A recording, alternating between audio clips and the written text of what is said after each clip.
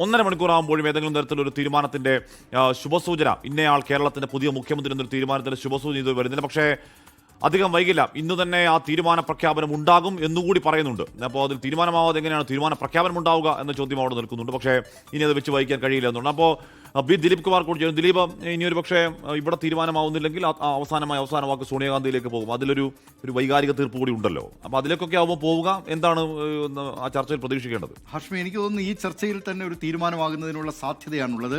High command നിലവിൽ K C. വേണുഗോപാലിനൊപ്പമാണ് എന്നാണ് ഡൽഹിയിൽ നിന്ന് നമുക്ക് ലഭിക്കുന്ന വിവരങ്ങൾ. പക്ഷേ ഹൈക്കമാൻഡിന് മുന്നിൽ പല കടമ്പകളുണ്ട് എന്ന കാര്യത്തിലും തർക്കമില്ല. കാരണം കേരളത്തിലെ പൊതുവികാരം അത് കണക്കിലെടുക്കേണ്ടതുണ്ട്, ഘടകകക്ഷികളുടെ വികാരം കണക്കിലെടുക്കേണ്ടതുണ്ട്. പക്ഷേ ഭൂരിപക്ഷം MLA-മാർ കെ.സി. വേണുഗോപാലിനൊപ്പമാണ്. 47 MLA-മാരാണ് മുഖാമുഖം കണ്ടപ്പോൾ കെ.സി. വേണുഗോപാലിനൊപ്പം എന്നാണ് കെ.സി. ക്യാമ്പ് അവകാശപ്പെടുന്നത്. അതുകൊണ്ട് തന്നെ ആ കാര്യത്തിൽ അത് മറ്റു നേതാക്കളുടെ അവകാശവാദവും ആ പക്ഷത്തെ അനുകൂലിക്കുന്നവരുടെ അവകാശവാദവും വ്യത്യസ്തമാണ് എന്ന് നമുക്ക് കാണാം. അതുകൊണ്ട് തന്നെ ഈ കാര്യത്തിൽ ഹൈക്കമാൻഡ് എടുക്കാൻ പോകുന്ന തീരുമാനം അത് കെ.സിക്ക് അനുകൂലമായേക്കും എന്ന നിലയിൽ തന്നെയാണ് ഇതിനകം വന്നിട്ടുള്ള വാർത്തകളെല്ലാം സൂചിപ്പിക്കുന്നത്. ഞാൻ പറഞ്ഞപ്പോൾ ഓക്കെ, കെ.സിക്ക് അനുകൂലമായ ഒരു തീരുമാനത്തിലേക്ക് എത്തുകയാണെങ്കിൽ ബാക്കി 2 നേതാക്കളുണ്ട്.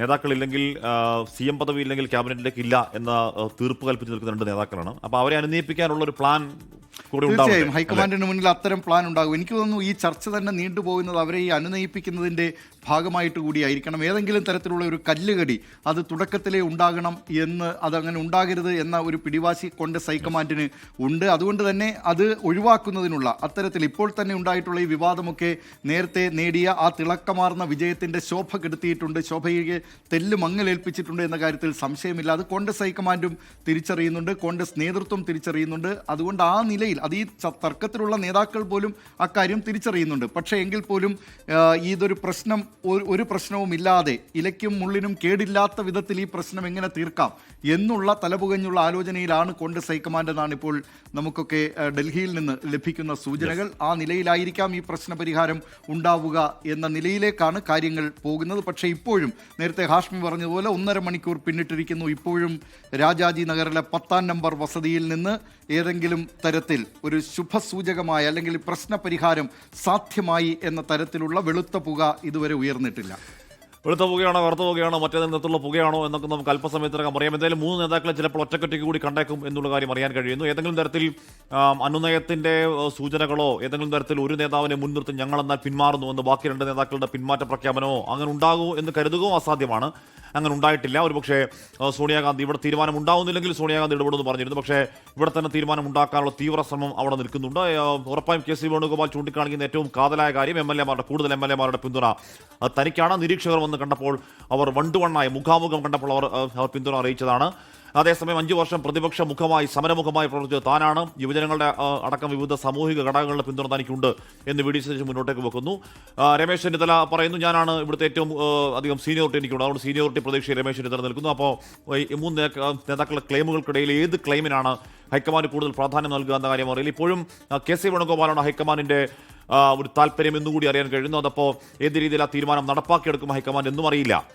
ശ്രീത്തോട് ചേരുന്നു. ശ്രീത്ത്, ഇലയ്ക്കും മുള്ളിനും കേടില്ലാത്ത വണ്ണം, അല്ലെങ്കിൽ തീരുമാനത്തിൽ ഒരു ഇലയനക്കത്തിന്റെ പ്രതിഷേധം പോലും ഇല്ലാത്ത വണ്ണം 3 പേർക്കും സ്വീകാര്യമായ, 3 പേരെയും ഒരേപോലെ തൃപ്തിപ്പെടുത്തുന്ന ഒരു ഫോർമുല അങ്ങനെയൊന്നുണ്ടോ ശ്രീത്ത്?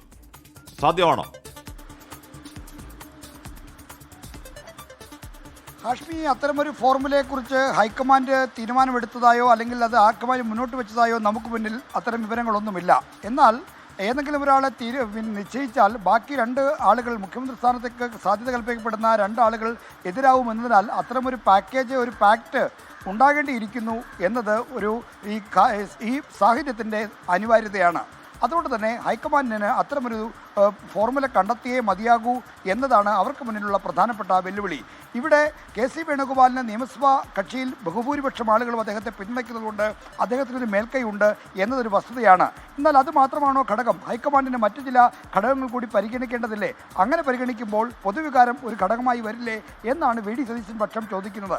അപ്പോൾ കെ.സി. വേണുഗോപാലിനെ മുഖ്യമന്ത്രിയായി നിശ്ചയിച്ചാൽ വി.ഡി. സതീശനും രമേശ് ചെന്നിത്തലയും അതിനോട് യോജിക്കാത്ത ഒരു സമീപനം സ്വീകരിക്കുകയും രണ്ട് നിലവിലുള്ള സിറ്റിംഗ് MLA-മാർ എന്ന നിലയിൽ അവർക്ക് എന്ത് പരിഗണന നൽകും, അവരെ അനുനയിപ്പിക്കാൻ കഴിയുന്ന എന്ത് വാഗ്ദാനമാണ് അല്ലെങ്കിൽ എന്ത് ഉറപ്പാണ് ഹൈക്കമാൻഡ് നൽകാൻ കഴിയുക എന്നൊരു ചോദ്യമുണ്ട്. അതിനൊരു ഫോർമുല ഉരുത്തിരിയേണ്ടിയിരിക്കുന്നു. എന്നാൽ ഇപ്പോഴത്തെ സാഹചര്യം അനുസരിച്ച് നമുക്ക് മുന്നിൽ പറയാൻ കഴിയുന്ന സാധ്യതകൾ അത് വീതം വെപ്പാണ്. അതായത് 3 ടേമായിട്ട് മുഖ്യമന്ത്രി പദം വീതം വയ്ക്കുക, അല്ലെങ്കിൽ ഉപമുഖ്യമന്ത്രി സ്ഥാനം നൽകുക, പ്രധാന വകുപ്പുകൾ തുടങ്ങിയ കാര്യങ്ങൾ. ഇതിനോടൊക്കെ VD സതീശനോ രമേശ് ചെന്നിത്തലയോ യോജിക്കുമെന്നാണ് നമുക്ക് അറിയാനുള്ളത്.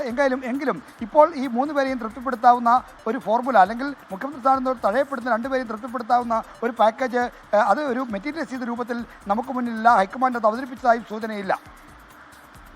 ഓക്കെ, ഇപ്പോഴും ചർച്ചകൾ പുരോഗമിക്കുന്നു. 1 മണിക്കൂറും 40 മിനിറ്റിലേക്കും കാര്യങ്ങൾ കിടക്കുന്നു. ഇപ്പോഴും പക്ഷേ തീരുമാനം ഇനി അധികം വൈകില്ല. ഹൈക്കമാൻഡിന്റെ പിന്തുണ KC വേണുഗോപാലിനാണ്. KC വേണുഗോപാൽ നിർദ്ദേശം അത് അവതരിപ്പിച്ചു. ഹൈക്കമാൻഡ് നിർദ്ദേശത്തിന് പിന്തുണ കാരണമായി പറയുന്നത് MLA-മാരുടെ പിന്തുണ തന്നെയാണ്. പക്ഷേ അതിനോട് VD സതീശനോ രമേശ് ചെന്നിത്തലയോ ആ അർത്ഥത്തിൽ യോജിക്കുന്നില്ല. അപ്പോൾ ഈ നേതാക്കളെ അനുനയിപ്പിക്കാനുള്ള നീക്കം അവിടെ കൊണ്ടുപിടിച്ച് പുരോഗമിക്കുന്നു. പക്ഷേ ആ തീരുമാന പ്രഖ്യാപനം, കേരളത്തിന്റെ മുഖ്യമന്ത്രി ആരെയെന്ന തീരുമാന പ്രഖ്യാപനം നാളെയിലേക്ക് നീളില്ല, ഇന്ന് തന്നെ അതുണ്ടാകും എന്നുകൂടി ഹൈക്കമാൻഡ് വൃത്തങ്ങൾ ചില പ്രധാനപ്പെട്ട കോൺഗ്രസ് സോഴ്സുകൾ പറയുന്നുണ്ട്.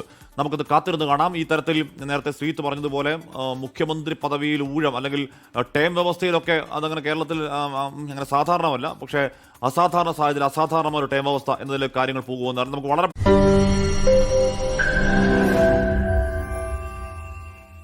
ലോകത്തെവിടെയായാലും ഏത് സമയത്തും 24 വാർത്തകളും ഓഗ്മെന്റഡ് റിയാലിറ്റി പാക്കേജുകളും എക്സ്പ്ലെയിനറുകളും വിശദമായി കാണാൻ ഞങ്ങളുടെ YouTube ചാനൽ നിങ്ങൾക്ക് സബ്സ്ക്രൈബ് ചെയ്യാം.